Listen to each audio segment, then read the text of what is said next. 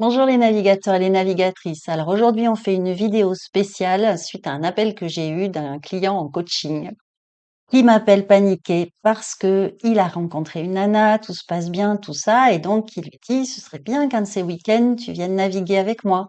Et sa copine lui répond, ah oui, très bonne idée, mes enfants vont être super contents. Sauf que lui, il n'a pas prévu qu'il y ait la copine et les enfants. Il avait juste prévu la copine.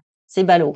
Donc, dans cette vidéo, on répond à ça et on répond plus largement à comment on fait pour naviguer en famille recomposée. Ça vaut aussi, d'ailleurs, c'est pas que famille recomposée. Si vous avez la belle-fille qui vient avec les petits-enfants, si vous avez des amis qui viennent avec leurs enfants à bord, à chaque fois qu'on se retrouve à devoir gérer, alors des enfants, c'est facile. Mais gérer les parents des enfants en même temps, c'est pas si facile. Donc on y va, comment on fait pour la copine avec les enfants de la copine? Mon premier conseil, ce serait que vous alliez regarder toute ma série de vidéos qui sont au sujet de la navigation en famille, la navigation avec des enfants, mais on va reprendre l'essentiel dans votre cas à vous bien particulier. Que ce soit la première sortie donc avec cette copine et ses enfants, ou que ce soit carrément une vraie famille recomposée qui décide d'aller naviguer ensemble ou de louer un bateau, par exemple, c'est un schéma assez classique. On va mettre sur un même bateau des gens qui n'ont pas du tout la même expérience, qui n'ont pas le même vécu, qui n'ont pas le même rapport à la mer. Avant de se lancer, il va falloir essayer d'anticiper sur ce qui va coincer. Par exemple, il y a des trucs auxquels nous, on va pas du tout penser, qui vont être évidents pour les autres, et inversement. Il y a des gens qui ont peur de l'eau, qui ont peur, par exemple, de la profondeur qu'il y a sous le bateau. Il y a des gens qui vont coincer sur le confort à bord, parce que c'est pas toujours un confort hôtelier sur un voilier. Il y en a d'autres qui vont coincer sur la gestion de l'eau douce. C'est un point qui est souvent un point de tension sur les bateaux. Et puis, il y en a qui auront plus ou moins d'expérience. Il y en a peut-être un qui va avoir plus l'habitude, qui va prendre le rôle de skipper.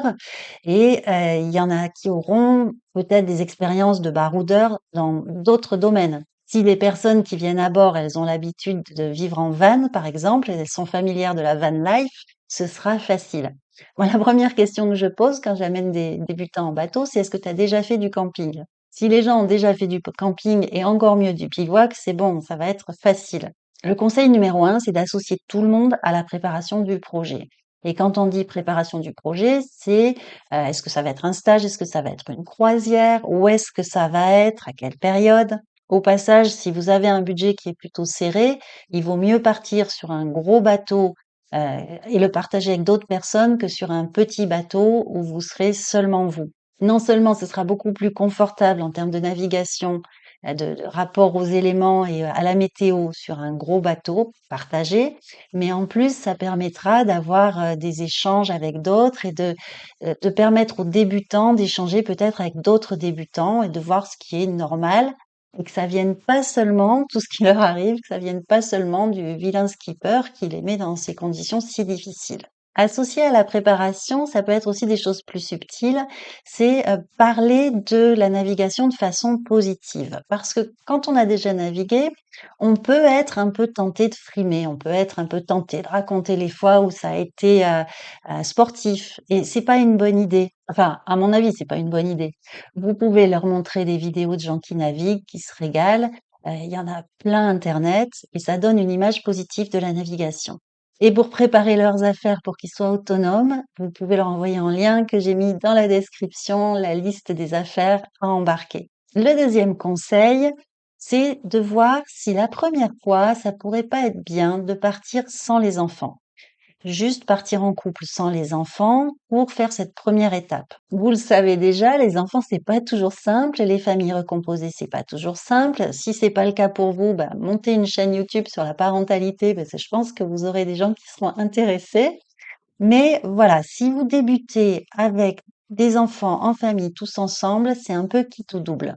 Ça peut aussi bien être une semaine de rêve qui va vous souder, ou ça peut être un cauchemar dont vous allez avoir du mal à vous remettre tous ensemble. Et vous le savez, si vous avez déjà navigué, si vous avez ce projet d'amener tout le monde ensemble, les débutants sont pas toujours faciles à gérer.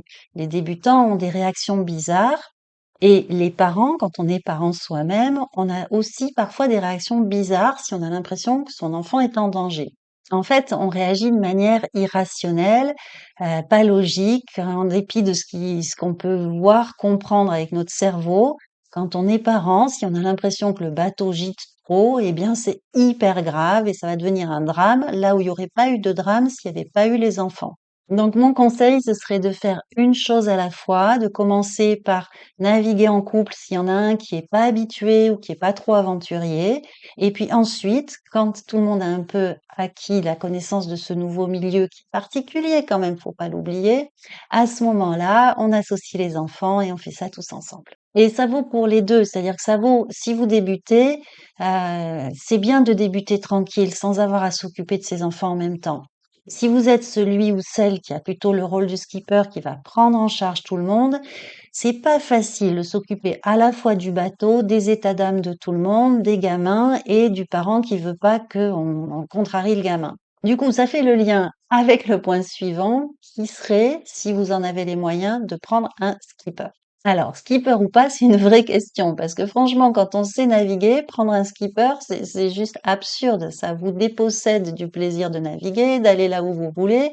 Ça peut paraître vraiment pas intéressant comme idée. Moi, ça me plairait pas du tout, mais pourtant j'y ai réfléchi. C'est-à-dire que je me suis dit, si je dois partir en vacances, en famille, avec mon compagnon et ses enfants qui n'ont jamais navigué, eh ben, ce sera sur un gros catamaran avec un skipper. Ils me sont trop précieux, j'ai pas envie de me fâcher avec eux.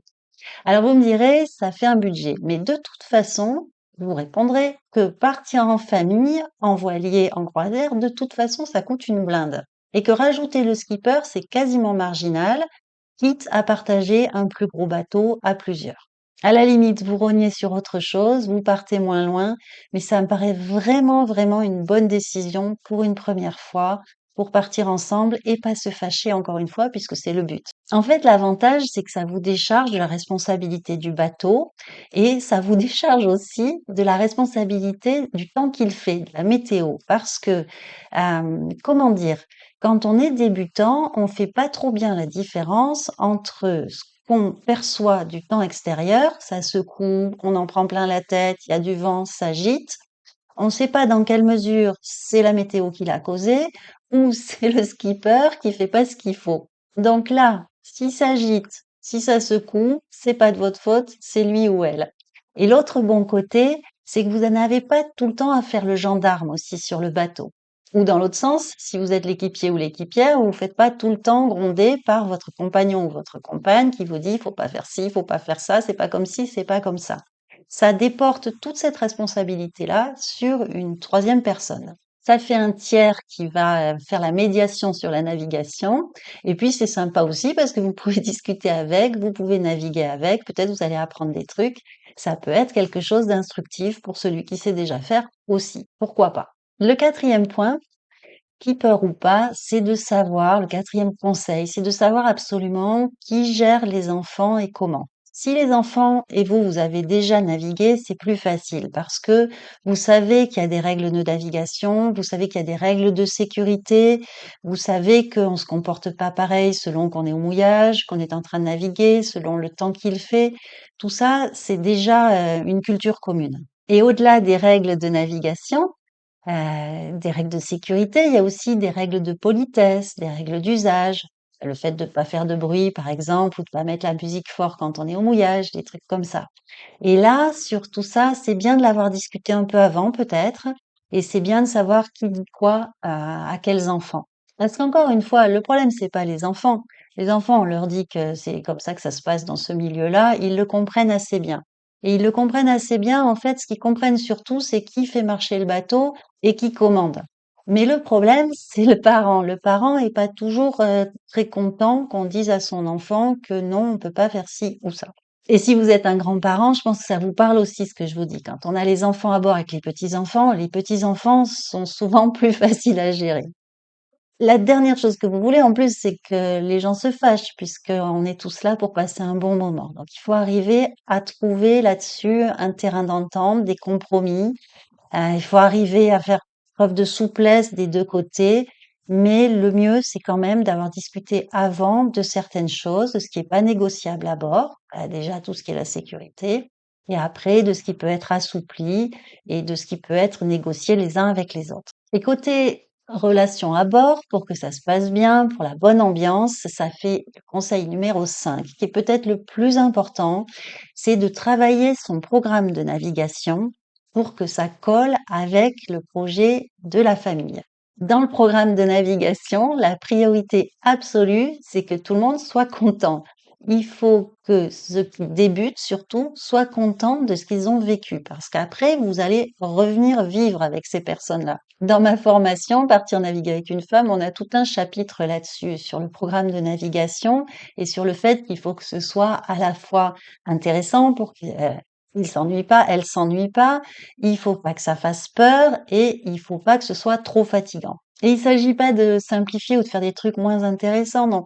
Il s'agit d'aller dans les détails et puis de faire des compromis de navigation, y compris dans votre façon de naviguer, pour que ce soit confortable pour tout le monde, pour que tout le monde soit associé et que ce soit une expérience positive. Le programme de navigation, alors je vais pas en parler là en détail, mais c'est vraiment une opération séduction. Tout est mis en place pour que les gens aient des étoiles dans les yeux et veuillent revenir. Tout est bon. Et l'opération séduction, elle n'est pas sur soi, elle est vraiment sur le bateau. C'est faire aimer le bateau. Parce que c'est tentant de frimer et d'expliquer que c'est très difficile et qu'on est très fort ou très forte, mais c'est pas ça qui marche. Ce qui marche, c'est les baignades, les couchers de soleil, les balades en annexe, des trucs de base, mais qui font que après ça, les gens sont accros et veulent à tout prix recommencer à naviguer. Quand vous faites plaisir aux enfants, vous faites plaisir aux parents et c'est plus facile même d'aller directement faire plaisir aux enfants. Donc faites-les pêcher, faites-les se baigner, sauter dans l'eau. Au moins, vous aurez tout le monde qui est content et ça vous aura pas pris beaucoup d'efforts. Donc je sais plus si je vous avais promis 6 ou 5 conseils, mais voilà, c'était le dernier. Le programme de navigation, c'est le plus important. Réfléchir à partir avec ou sans les enfants, réfléchir à partir éventuellement avec un skipper s'il y a les enfants et associer tout le monde au projet, à la préparation. Voilà, dites-moi en commentaire ce que vous avez fait ensemble, en famille, pas en famille. Ça m'intéresse toujours de vous lire et puis je vous dis à bientôt en formation, en vidéo ou en mer. Ciao!